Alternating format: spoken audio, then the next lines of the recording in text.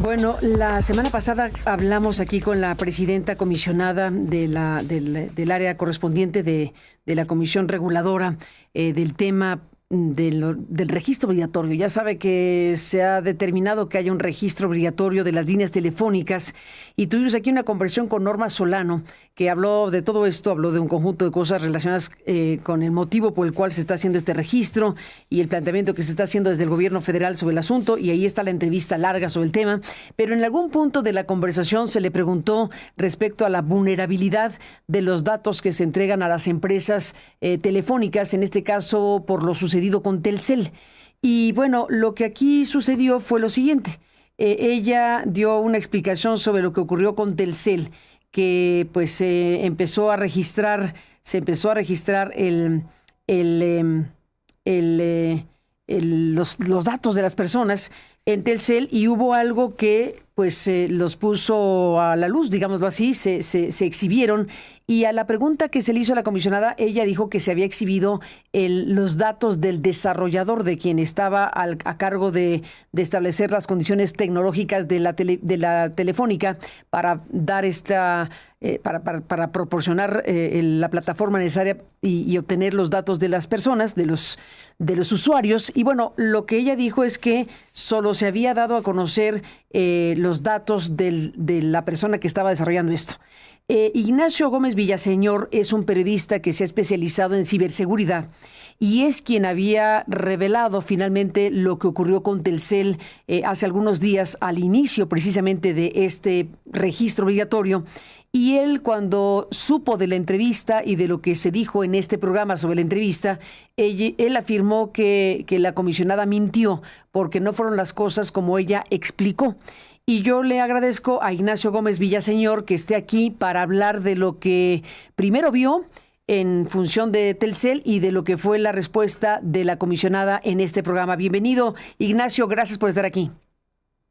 Hola, Carmen. No, al contrario, gracias por invitarme y por permitir dar voz justamente a lo que vimos que ocurrió. ¿Qué fue lo que sucedió desde el minuto 1, si nos cuentas? Sí, bueno, se detectó una vulnerabilidad en la plataforma de registro de líneas de Telcel.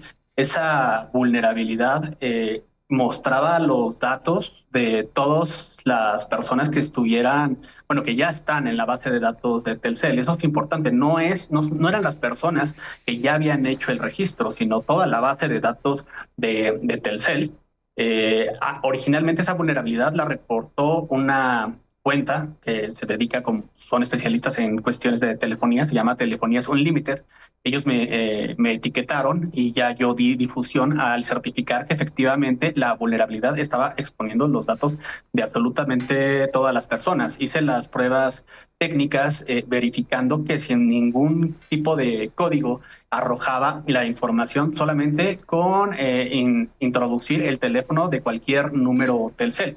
Lo que dijo la comisionada presidenta es cierto respecto a que esta información se mostraba en la plataforma, en la ventana de desarrollador y no en el frontend. Sin embargo, se podía sistematizar la extracción o la exfiltración de todos los datos porque no tenían ningún método de contención. Normalmente en estas plataformas se les pone un rate limit o códigos CAPTCHA o algo así, pero realmente se podía hacer la exfiltración de forma masiva, simplemente sistematizándolo.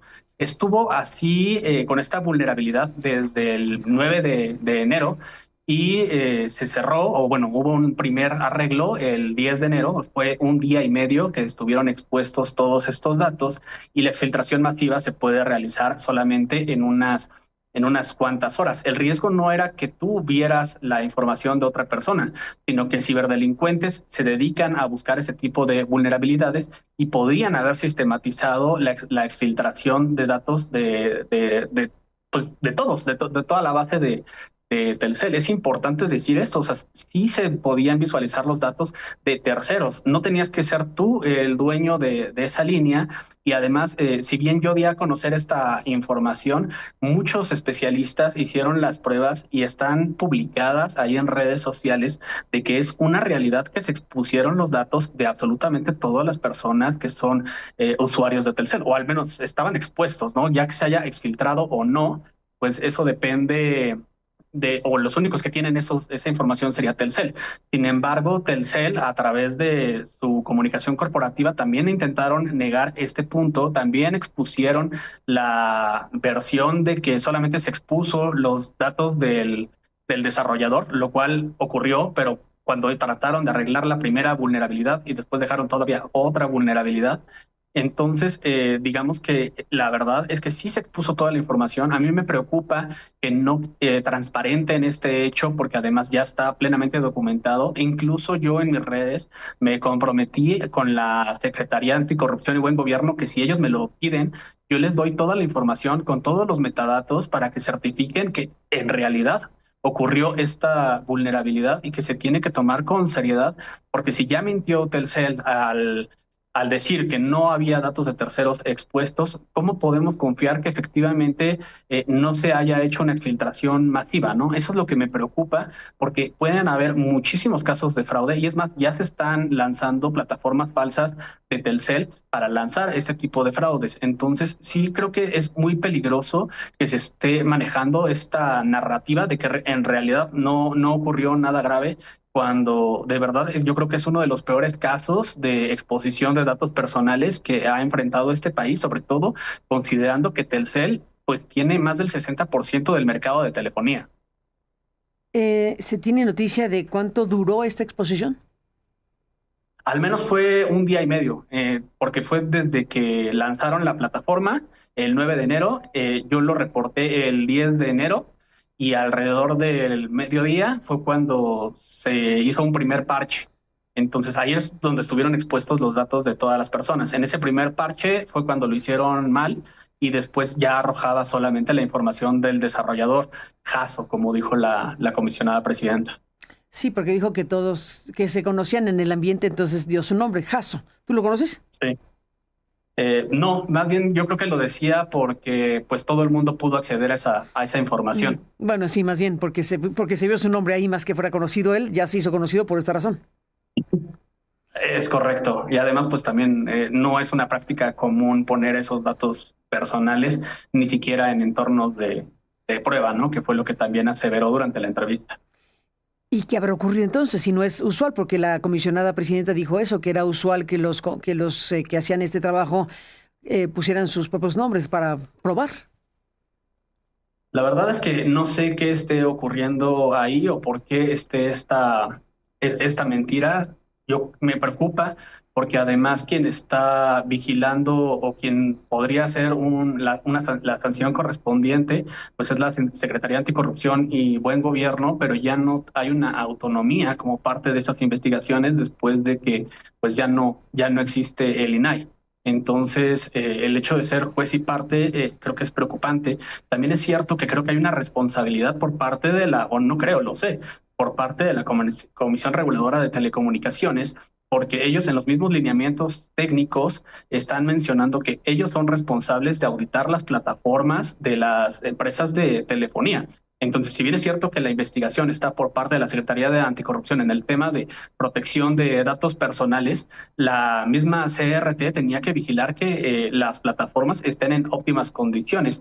Y por lo que entendí de la entrevista que tuvo contigo, pues prácticamente deja toda solución a la Secretaría de Anticorrupción cuando ellos también tendrían que abrir una investigación respecto a lo que ocurrió con Telcel. Pero por lo que dijo en la entrevista, prácticamente ya dio por cerrado el tema porque dijo que ya se había corregido esa vulnerabilidad y que conforme a lo que les había mencionado Telcel, no había una exposición de datos, pero ahí yo no veo una investigación para corroborar que efectivamente esto haya ocurrido. Yo no he visto ninguna información técnica donde mencionen que en realidad no existió esa exposición de datos, simplemente lo están diciendo abiertamente sin ninguna evidencia y todas las demás personas o especialistas que han difundido esta información con pruebas, hemos puesto que efectivamente existió. Y la propuesta que hiciste de que podrías tú proporcionar la información a la Secretaría de Estado, que es la que se encuentra responsable de investigación, ¿tuviste respuesta? No, no, no he tenido ninguna respuesta por parte de la Secretaría de la Anticorrupción y Buen Gobierno. Lo reitero públicamente, si así lo requieren. Sé que hay muchos otros especialistas que también lo tienen, incluso tal vez mejor documentado que yo, porque yo soy periodista, conozco de temas de tecnología, pero no a profundidad como para tener toda esa información. Pero de nuevo, o sea, yo estoy dispuesto a declarar donde tenga que declarar, a dar la información que tenga que dar, porque es uno de los peores casos de exposición de datos, no es algo menor. Entiendo que hay una cuestión política porque quieren terminar con este registro telefónico que yo insisto, y no solamente yo, sino muchos especialistas, que no va a solucionar absolutamente nada en términos de extorsión, porque además la misma asociación GSM, que es la que concentra a los operadores de telefonía a nivel mundial, pues dicen que no existe ningún antecedente real de que se pueda contener este fenómeno de la corrupción. Te dio unos datos la misma comisionada, pero la verdad eran parciales, y la realidad es que todos los datos que informó ya en el último corte, porque ya sé que tenían poquito tiempo, pero todos no corresponden a la realidad, y no hay ningún antecedente real de que esto vaya a funcionar. Pues todo un tema abierto, y te aprecio mucho, Ignacio Gómez Villaseñor, que estés aquí. Seguiremos en contacto, pero por lo pronto, pues aquí está lo que tú planteaste en tus plataformas, en tus redes, y bueno, pues agradecemos que nos hayas permitido escucharte en el propio programa. No, gracias a ti, Carmen, y un saludo. Aquí estoy a la orden. Muchas gracias.